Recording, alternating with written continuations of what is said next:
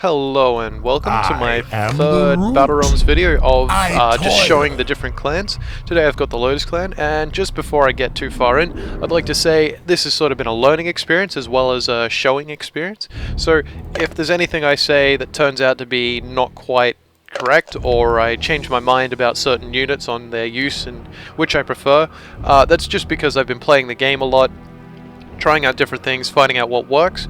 For example, things, especially in the Serpent Clan, the different starting units, especially the crossbow, I've definitely changed my mind on them. I think they're a great unit. But yeah, so the Lotus Clan. Lotus Clan is definitely the darkest clan in the game by a far measure.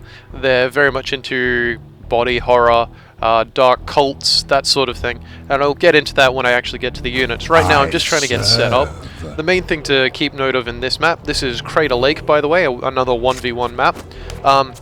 It's not a very big map, you're actually quite close to your opponent, they're just a stone's throw away, but the only main two ways to reach your opponent is through this very narrow alleyway up the top, or through this large foresty area down the bottom. And at the start you have two choices of really where to go, and that's either to this rice patch or try and rush down to this rice patch, and it's never really advised to rush to the lower rice patch for the simple fact you can get all you need from this rice patch. You do not need to go that far down, and you can get the water just by building a house there, and later on get a well if you're really that desperate for water. This base down here doesn't have any room to really build, so it's really not advised to start there at all. You're much better off just milking this rice field for all it's worth, just getting your peasants working here.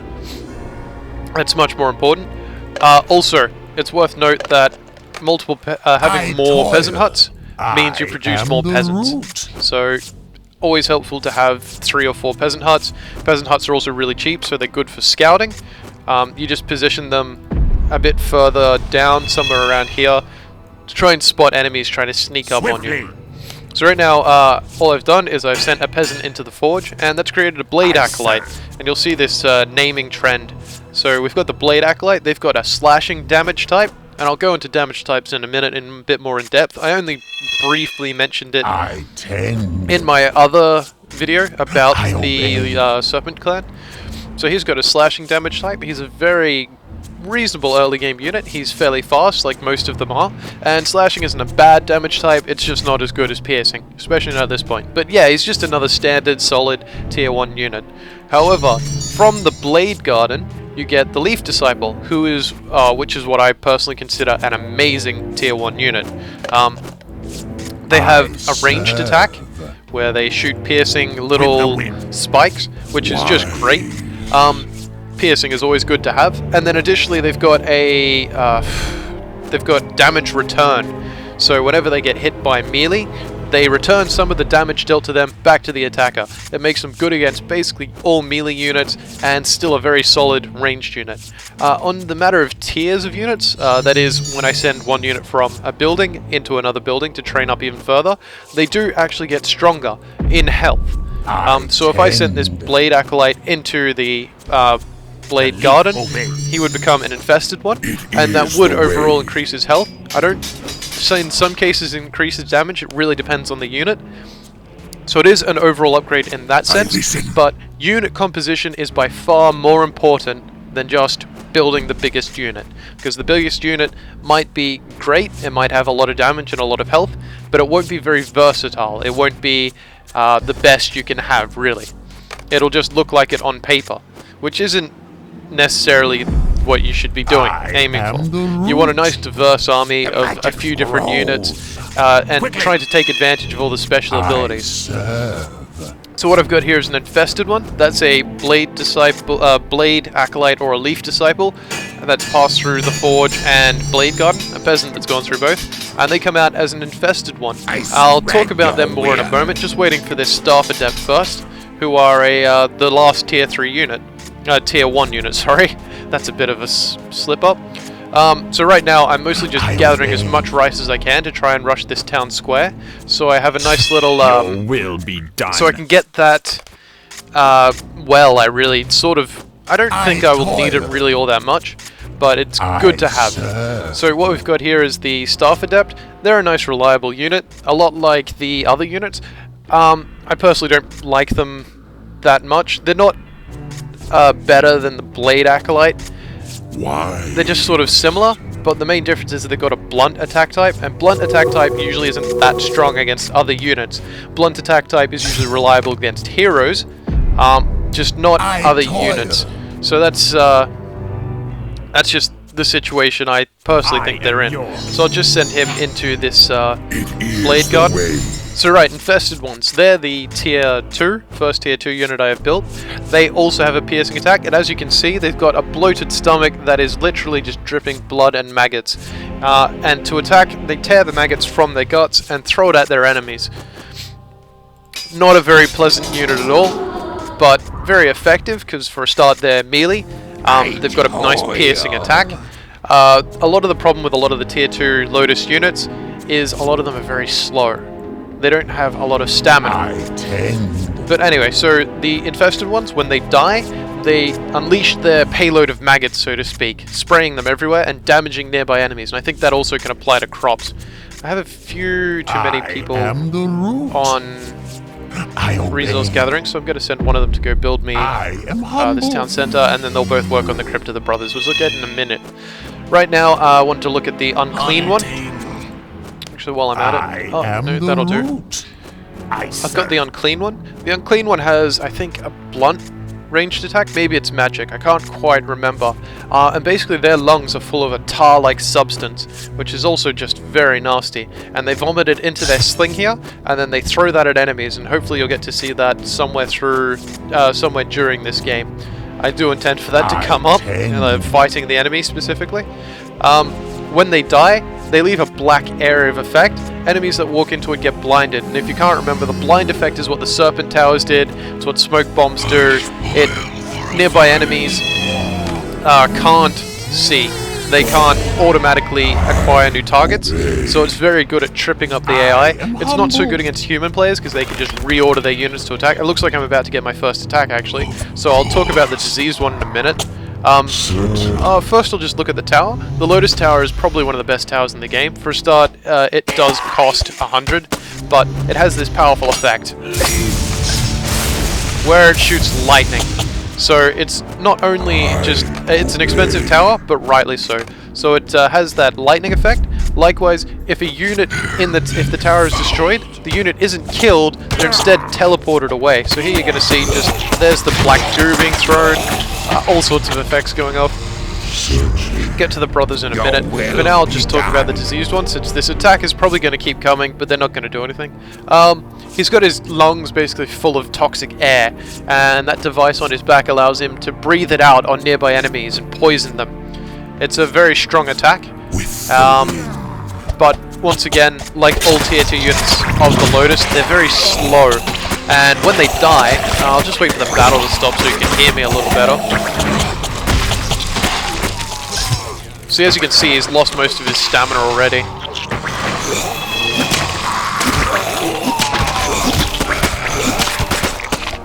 So this will be resolved pretty quickly. Hopefully I won't lose this disease one, that'd be kind of sad. So here's the blinding effect. You can see the little dots over their heads, so they can't actually see.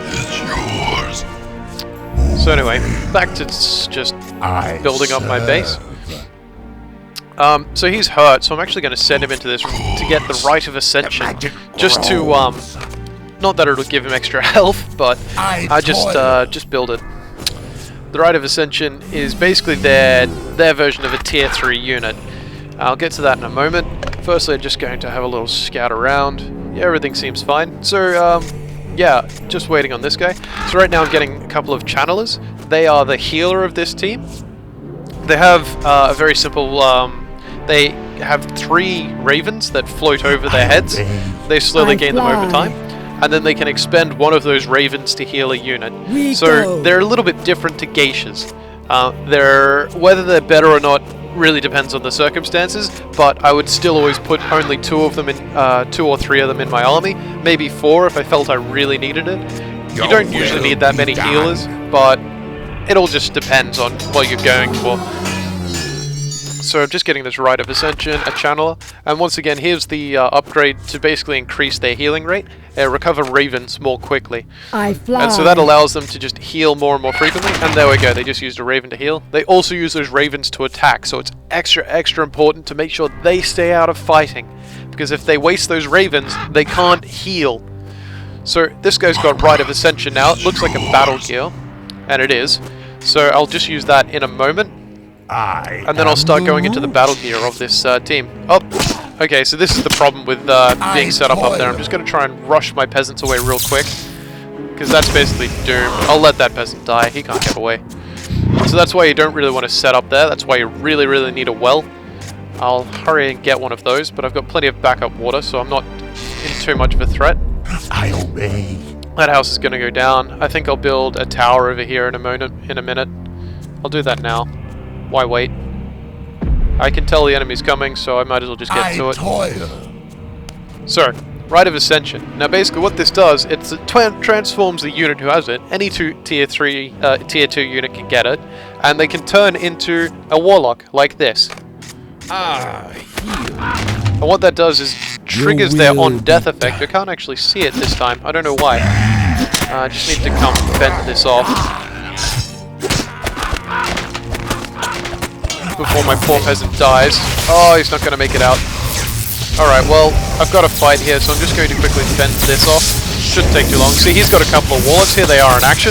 They shoot explosive damage as their main range attack. And then in melee, they have a magic damage attack. Also, attacking them drains stamina. So they are very just dangerous to be against. Oh, is that... No, that's just rice. Okay. Got a little excited. I thought the enemy had done a two-pronged attack on me for a moment there. Would have had a lot of respect for that sort of sneak attack. So yeah, just superficial damage done, really. Just taking out one of my houses. Oh, another unit. And here's the problem again. The infested one just has no movement. That is one big flaw in this game. Units that can run fast are very powerful. As you can see, he's engaged. He was in melee, but now he's in range. Oh, there they go. Melee again. You can sometimes see the reflecting damage. Don't worry about it too much. So, finish building.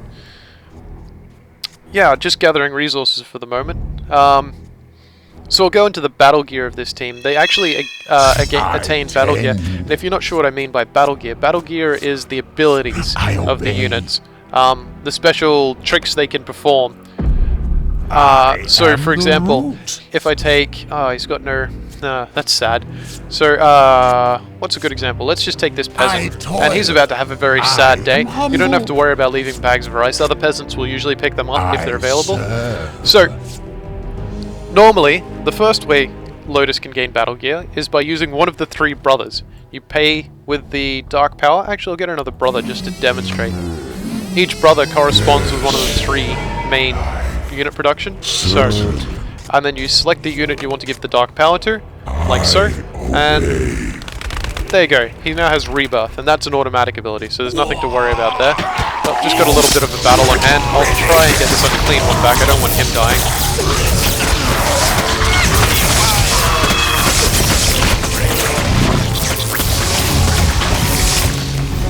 Not too worried about the battles, really. I'm pretty confident I can outright win them. So let's send our units, my units to, train up. So, all my units have once again lost most of their stamina. Then that's what happens with the brothers. When they attack a unit, they gain more stamina, instead of losing it when running. So I'm just going to give this power to more of the units. It triggers their, when the rebirth triggers, that is... I'll get into that in a moment. For now, I'll just focus on the battle gear. The other way for the Lotus to get battle gear is all their tier 2 units can eat peasants. So I'll just do that right now with this unclean one, because unclean ones can get a very powerful ability. Certainly one of the ones that I consider to be immensely powerful. And so he's just going to devour that peasant, and now he has Death Sentry. Peasant? Ah, good. Okay. Go become another channeler. I think I need one. Oh, they get me the rice. I've only got 4 guys on rice. 3 guys. Yeah. So, that's how they gain powers. Now, the couple of special things are the Warlocks and Master Warlocks, which I'll show later on, Why? they all get different powers based off which brother you use. You've got Lithus, Sek, and I think he starts with T? Tysil? Talsil.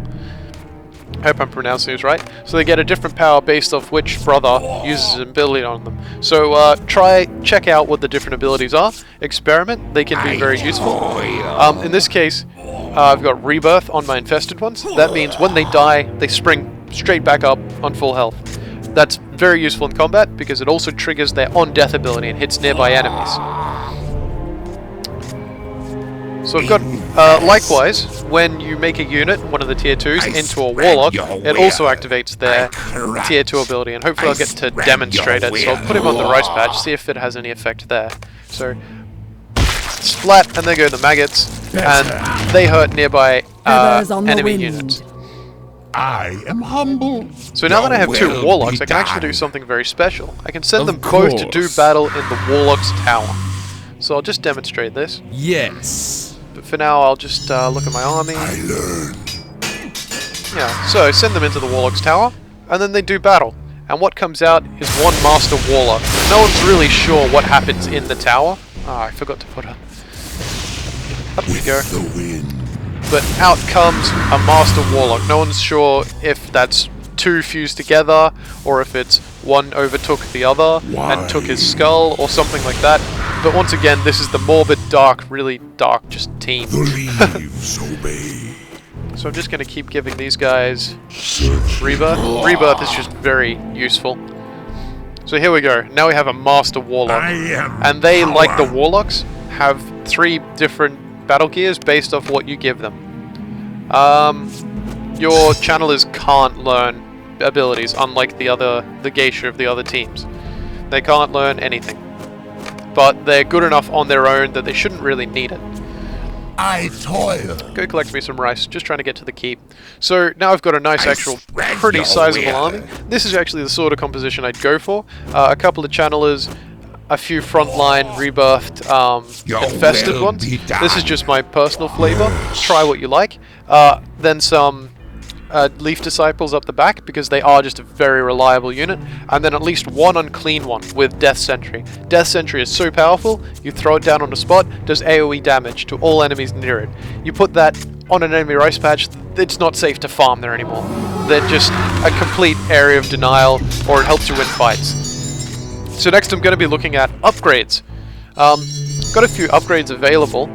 Things like, I usually look at the Blade Garden first because my army all builds from there.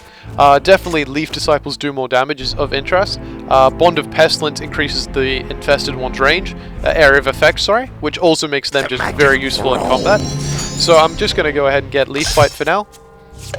Do I have enough for a keep? Not quite. I'll just wait a moment to get that. What else did I want to talk about? Building placement. As you see, I've got all these production buildings pretty close to my peasant huts. It's just good to have your unit production near there and your tech buildings sort of a little bit further away. It all really depends on what you're going for. This obviously is just a very casual setup. It's not going to win you pro matches, but I'm far from being a pro. Just get some more infested ones. I think I've got way too many Leaf Disciples to... no, it's about a pretty good ratio. 6 to 4 is pretty good. If I could drop the Warlock, I'd probably put him into a Disciple. That is one thing about the cost of units. Just because each tier gets you a stronger unit, it does not mean it is a more cost-efficient unit. Because the Leaf Disciple only costs 30 and 30, but the infested one costs 60 and 60 to make. So an infested one, while better in health and maybe damage, also is a lot more expensive. So you always got to weigh that up. And that's why Master Warlocks are actually really kind of inefficient, because not only are you paying to get a full Warlock, which is not only the 60 and 60, but also the Rite of Ascension, which is a further 30 rice and 15 water, but you're doing it twice. So you're ending up with a massive cost for a unit that might not win you the fight. Always be careful of that. I am the root. So right now I'm just getting the keep. Channelers are always usually very cost efficient. The Crypt of the Brothers, so these are the 3 brothers, each relates to a building, and they don't cost any rice or water, they only cost yen, and the Lotus does collect yen, of course. They're the evil team, the second evil team. And yin, once you've got one yin, just buy them, and they just pop out. They are very, very cost efficient in that respect. If you're down and out of a fight, it is very, very easy to just go pop 2 more brothers straight back to fight for me. So, mostly just sitting around for a moment. I'll fight the AI in a minute. For now, I'm just going to go into attack types, because there are 6 attack types in the game, and I haven't really quite covered all of that. And so, firstly, there's cutting, and then there's piercing, and then there's blunt, explosive, magic, and fire. The attack types have different correlating damages to different units and buildings. Some are stronger, some are weaker. I can't really demonstrate right now. This attack's just a few moments too early. So I'll just dump my lightning. This fight shouldn't be too hard. My healers are just going to heal. I can use this death whale though, death sentry. I'll just throw that right up the back, and that'll just AoE heal once it lands. After a moment, it does have a split-second delay. Never forget to... there's the death sentry there. It's the glowing skull, you can just see. And look, it's just hitting everything. Everything's just burning for a little bit of damage. My units are all over them. They can't really fend me off at this point. They're all just burning, and there they go. They're all down. And that's it. I won that fight pretty solidly. I don't think I lost any rebuffs. Maybe I did. I don't know if I lost any units either. But yeah, that's the death sentry. But once you have one on the field, you cannot place another until the first one disappears. Not sure on the exact time of that, but it is quite long. So yeah, attack types. So different units have different attack types. I'll actually let's send my Master Warlock just to go exploring in the forest. Hopefully I can demonstrate with him before he dies, but I'm not too attached to him. And in the meantime, I'll get some Zen Masters. And so right now I'll get Zymoth. Zymoth is definitely the Lord of the Lotus. He is the King, the Emperor, whatever you want to call him. He is the Master Warlock of all Warlocks. I toil. And for good reason. He shares the same damage types as Warlocks, I think. And he's also a very powerful caster. He has this ability which causes it to rain.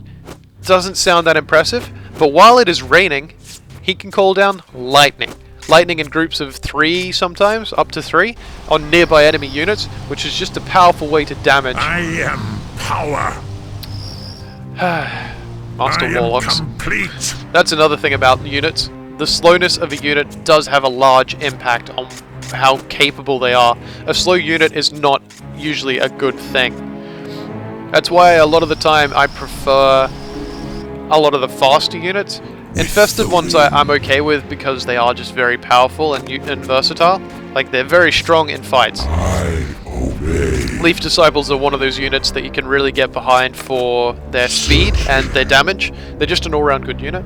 So, okay, this Warlock's going to come across an enemy, and as you can see, this arrow is actually bronze, and that correlates to the damage type and the resistances of the unit. And as you'll see, it turns silver when pointing at the Blade Acolyte. And the difference is... oh, he's got to keep himself. He's got a ninja. So the difference is a unit that does poor damage against the enemy has a bronze arrow. A bronze arrow means the unit is not very strong against whatever they're facing. So bronze arrows are usually very bad. It means you're not fighting something you can kill particularly easy. That's just how it is. And then silver is sort of the standard damage type. The unit isn't resistant against you. And then gold means the unit is vulnerable to you. So a lot of the explosives units, like the powder kegs and the chemists and cannoneers, they can become gold damage to buildings, which is very helpful because buildings are very tough otherwise. You can send a lot of units to hit a building and do very little. I'm actually going to save up specifically for Issel because I think he's one of the best heroes in this game. Zen Master, sorry. Certainly what I would call the strongest. And you'll get to see him soon. And I'll also showcase Zymoth. So yeah, those are your different 6 attack types. Cutting, piercing, blunt, fire, magic, and explosive. In case you didn't catch them all earlier. That's the 6 of them. They all work in different ways. It doesn't expressly work the same way. Like, cutting isn't always good against... all one team, but one unit is always vulnerable to the same types. So I think a Samurai Ronin, they're both vulnerable to explosives, but explosives isn't good against, say, Spearmen and so on. So that's once I again how the unit serve. composition comes into play, and that's why piercing is once again strong, because piercing is very reliable against very many different types. I toil. I got my 500 rice. I'm gonna buy Issel. Flow like a river. He is certainly my favorite hero in the entire game. I used to like Longtooth the most when I first played it, but and he's in the Wolf Clan. I'll get to him later. But right now I like moon Issel chases a the lot sun. more, just because of his ability is so powerful, and he's an all-round, all-right unit. He's actually pretty. Few of the like I was saying, a lot of the heroes are vulnerable to blunt damage. That's a big deal. It means certain units are very good when your opponent has heroes. Right now it looks like we're just going to go for a straight engagement. I'm going to throw down this skull way in the back. The enemy has trees on their side, so I might not see some units that are concealed in here. And here they come. Here they start to emerge. But fortunately, once I throw this Death Sentry, it won't matter much. It'll go straight through the trees. So if anything starts to show up, and there's the blind effect. These units, once again, cannot see anywhere just because of that blind effect. When it wears off, you'll see the vision along here returns. That's another thing I guess I haven't really talked about, is vision in the game. Towers provide you a lot of vision. Like this tower is providing me vision all the way up here. That's what the tower is doing. It's not this peasant that's walking up, it's definitely this tower. And likewise, this tower right here, here, is extending my vision out this far. Towers are just a very powerful tool for vision. They're great in open areas for that reason. You can scout your opponent coming in and give you just time to react. I obey. So I have a very sizable Feathers army on now. the wind. If you ever are concerned about your infested ones being too slow, horses are not bad. In fact, horses for the Lotus, they do not have the trample ability like they have in other teams. I guess I didn't really showcase that, but I'll just discuss it now. They have a fire breathing ability, and that's really the Lotus's only way to set buildings on fire, is through their horses. It's not through anything else. So just keep that in mind. I listen. Lotus, horses set buildings on fire, and that sort of is for a reason. You've got Zymoth, and he makes it rain, and when it's raining, it's hard to put buildings on fire. It makes him also very good against certain units that also do use fire. Pardon me. But right now, I'm just getting this upgrade to make infested ones' attacks more effective in an AoE before I go in. But Very I'm just going to well. march for his base. I don't think he'll be able to stop me. I have a nice big army. I actually recorded this episode once before, but it turned out I had my microphone set to recording to 65% sound, so the sound came out so quiet you couldn't hear me over the battle, so I'm really subconscious of that right now. So I'll listen to it, hopefully my sound's good. I did do a sound test before I started this time. Where's this peasant going? The horses are down there, dummy. I toil. Peasants. They don't know what they're doing.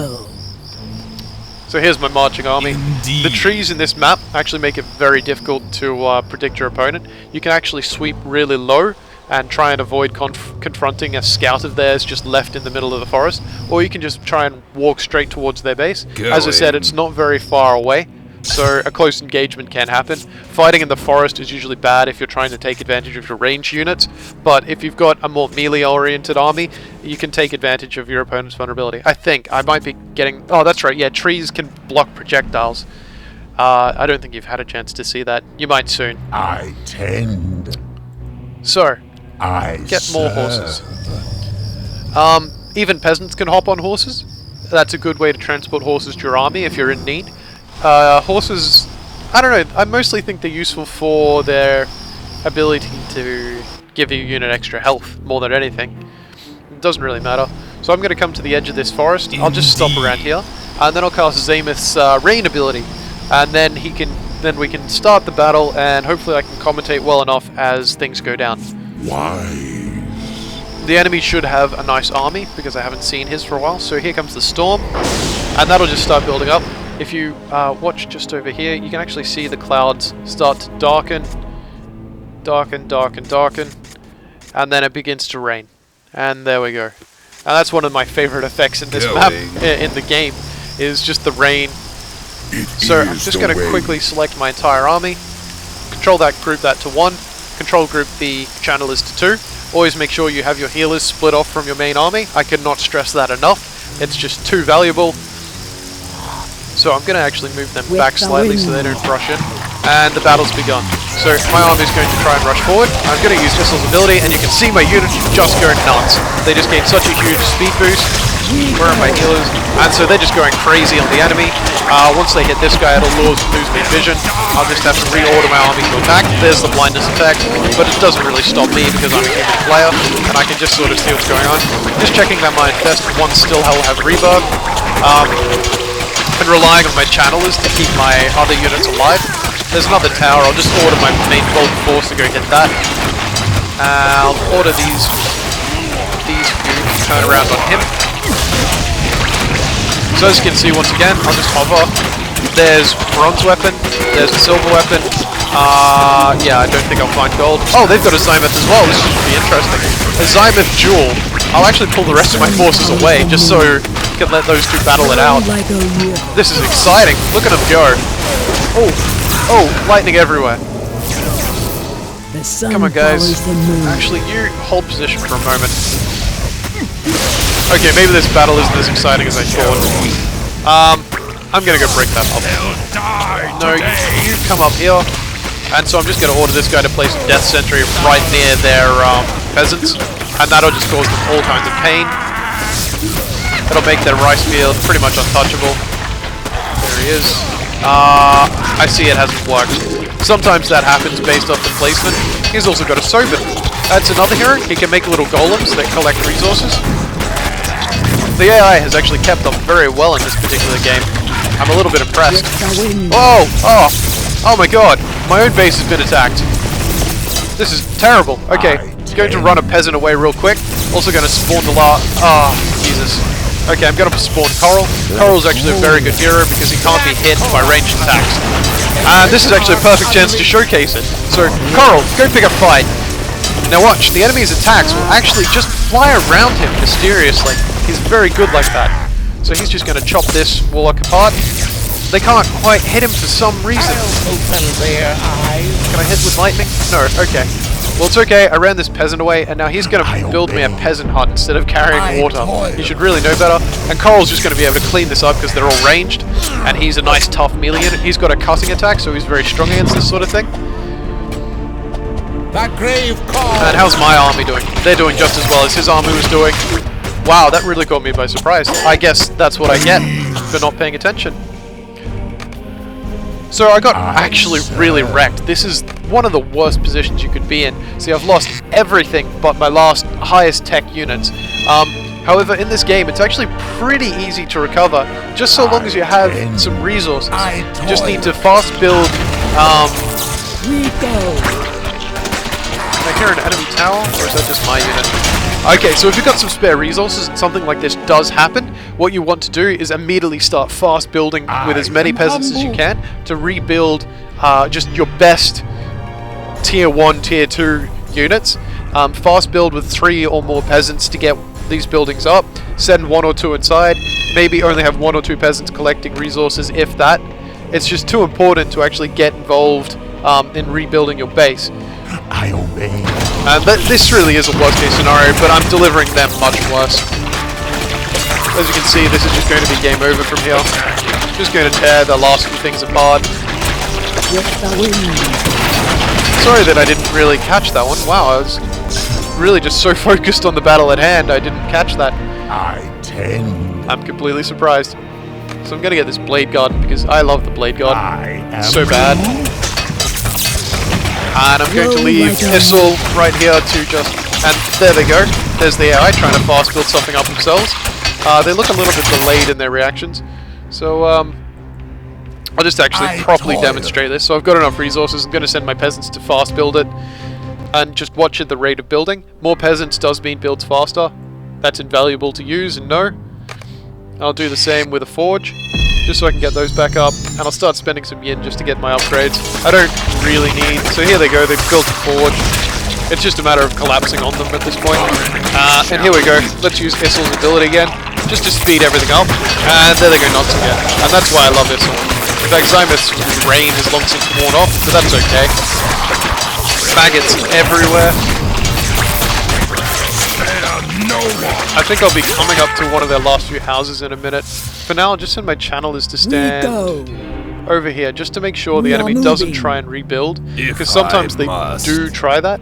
The AI can be quite wily. What can I get from here? So there's diseased and infested ones have more damage, have more health, just stuff like that. The usual. It's very good to get all these upgrades. Most units can have 3 upgrades. Going. I fly. And so yeah, that's basically the Lotus Clan. I hope you enjoyed. Just a matter of I polishing off the enemy now tend. and I rebuilding obey. my entire I toil. resource line after getting obey. trounced for having my army away. Always keep an eye on your base. I tend. Don't be like me. Oh, I know where they'll be. They'll be down here. Indeed. Silly me. Because that'll be where they have peasants collecting water, sorry, at the start, like I did up here. Through the So land. Coral has one cool trick. At your Just walk him will. over here, real quick. Yeah, there we go. Oh, they even have a tower. He's probably going to die for that reason. And he can teleport. Pop. I seek. At your will. So not only can he not be hit by towers, not be hit by ranged units in general, Ancient but he can arts teleport. unleashed. And Coral's really cool for that. You can actually get him in the campaign if you play the Serpent Clan and follow the right path. I'll go into that when I actually do a Let's Play, but for now we'll just see the enemy collapse. Actually, let's just have him come over here and stand still. AoE units like this have a much better chance of hitting him, but once again, once he stands still, almost untouchable. You will get the odd shot occasionally hits him, but it's just so funny to watch them do this. Especially when the rest of their everything is just going to get broken to pieces. It's completely distracted by Coral. Certainly what makes him a lot more of an entertaining hero.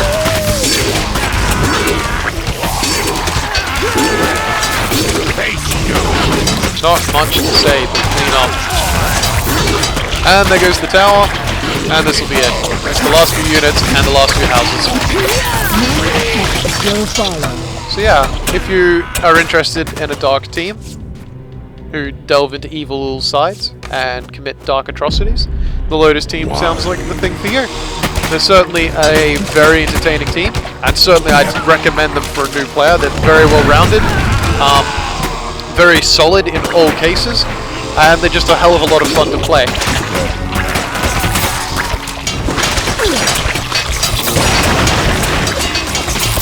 And there's a gold attack time, just so you can see it right before I win. Patcheroo! Whee! And there we go. So normally you'll actually see I don't get a lot of battle gear unless I'm going for something very specific, like Glass Blade or Yin Blades or something, or Blood Blonde. But for the Lotus, because battle gear includes Rebirth and the Rite of Ascension, I might actually get a bit. If I'm going for a more Warlock-centered strategy, I usually will get Isil, get a few Warlocks, try and push out. I believe Sex ability is one of the best one because it has a small AoE that just does so much damage in close range. So yeah, I hope you enjoyed. Try out the Lotus. I would say they're one of the best entry-level teams, just because all their early stuff is reliable, all the middle stuff is reliable, and their end stuff, while good, isn't exactly necessary. They're just an all-round solid team. Thank you for watching.